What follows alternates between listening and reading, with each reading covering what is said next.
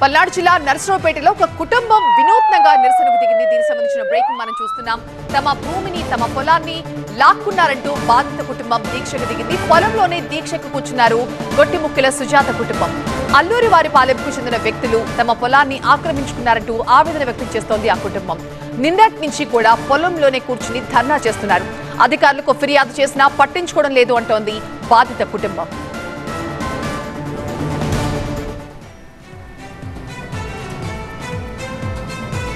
నేను 2016 నుంచి ఇదిగో ఇప్పటి వరకు కూడా తిరగతి రోజు లేదు. అధికారుల చుట్టూ తిరిగి తిరిగి తిరిగి విసిగిపోయాను.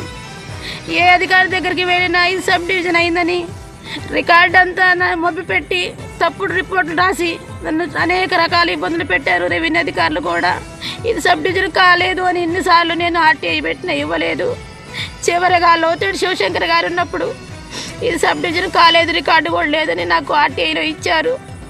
మరి పోయినటువంటి శేషరెడ్డి గారు ఆర్డీఓ గారు కూడా నీకు చాలా అన్యాయం జరిగిందమ్మా, నీకు న్యాయం చేయాలన్న నా చేతుల్లో ఏమి లేదు, డిఆర్ఓ గారి చేతుల్లో ఉందని అన్నారు ఆయన కూడా. ఇది 3 రోజుల క్రితం కూడా నా భూమి మీదకి నేను వచ్చాను.